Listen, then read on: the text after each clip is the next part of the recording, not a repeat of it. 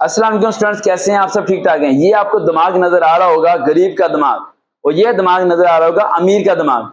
गरीब और अमीर के दिमाग में क्या फर्क होता है और किस तरह सोचते हैं? क्या इनका स्टैंडर्ड लेवल लो होता है? क्या इनकी सोचने की कुव्वत भी खत्म होती है? क्या गरीब सिर्फ एक कमरे के अलावा आगे नहीं सोच पाता? कभी कभार आप कहीं ना कहीं सड़क से गुजरते हुए सोचते होंगे, ये बड़ी बड़ी कोठियां जिसने बनाई हैं, क्या ये चांद से उतरे हैं? ये आखिर कौन सा काम करते हैं कि इनके पास फॉर्च्यूनर जैसी 2 से 3 करोड़ की गाड़ी है, ये बहुत बड़े बड़े महल हैं, और एक हमारे पास है, हमारे पास कुछ भी नहीं है।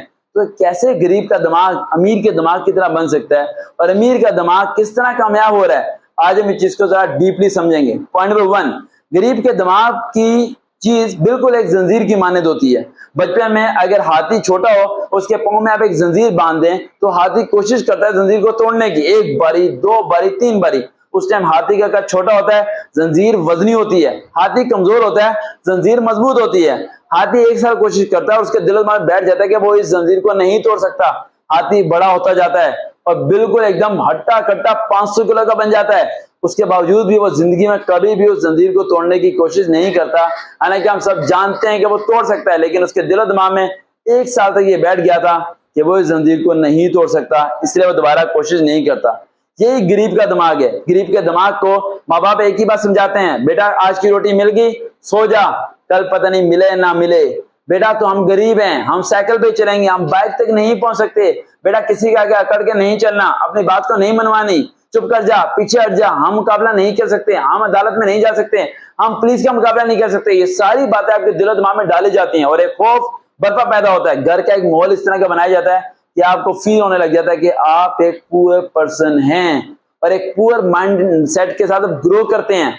आप हमेशा के लिए एक उस गुलामी की जिंदगी को जीना चाहते हैं जो कि आपके वालिदैन ने आपके दिमाग में डाल दी थी। लेकिन एक अमीर का दिमाग क्या होता है? अमीर का दिमाग बचपन से आजाद होता है, वो आजादी की जिंदगी जीना चाहता है, वो अपना डिसीजन खुद लेना चाहता है। उसे लगता है फाइनेंशियली बहुत स्ट्रांग है, बड़े बड़े फैसले लेगा। गरीब को लगता है एक फैसला लेगा और अगर खसारा हो गया तो सब तबाह हो जाएगा। वो पैसे जो मेरे बाप ने 50 साल लगाए थे कमाने में और जोड़ने में, तो क्या करना चाहिए? सिर्फ एक काम करना चाहिए जो मैंने किया था। मैं हमेशा आपको वो चीज बताता हूं जो मैं खुद अमल करता हूं, वरना मैं आपको कोई चीज वो नहीं बताता जो मैं खुद अमल ना करता हूं।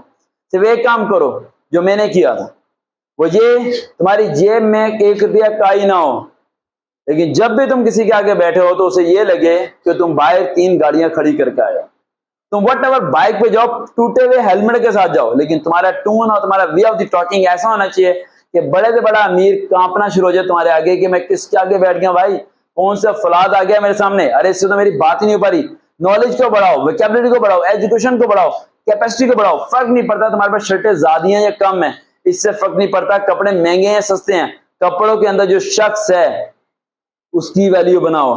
तुम जितने भी गरीब हो, इससे फर्क जरा भी नहीं पड़ता। अमीर तुम्हारे सामने गरीब लगना शुरू हो जाएगा अगर तुमने अपनी वर्थ को बढ़ा दिया, और अगर वर्थ को बढ़ा दिया तो तुम्हारी वो प्राइस होगी जो कि मार्केट में कोई परचेज भी नहीं कर पाएगा, तुम्हें कोई खरीद नहीं सकेगा। उसका सिर्फ एक ही तरीका है, किताबें हैं ना, पढ़ना शुरू करो भाई। क्यों नहीं पढ़ते आप? इल्म हासिल करो, इतना इल्म हासिल करो कि जुबान की मदद से हजारों अमीरों को हरा दोगे तुम 1 मिनट के अंदर, क्योंकि उनके पास पैसा तो है लेकिन नॉलेज नहीं है, और तुम्हारे पास नॉलेज होगा पैसा नहीं होगा। तो पैसा तो दिखता नहीं है, बैंक में होता है, लेकिन नॉलेज सबको दिखता है। इस तरह तुम गरीब अपने माइंडसेट से अमीर को काबू में कर सकते हो। एक ही तरीका है जो मैंने किया था और तुम करो, तालीम को अपना हथियार बनाओ। दोबारा मुलाकात होगी, अल्लाह हाफिज।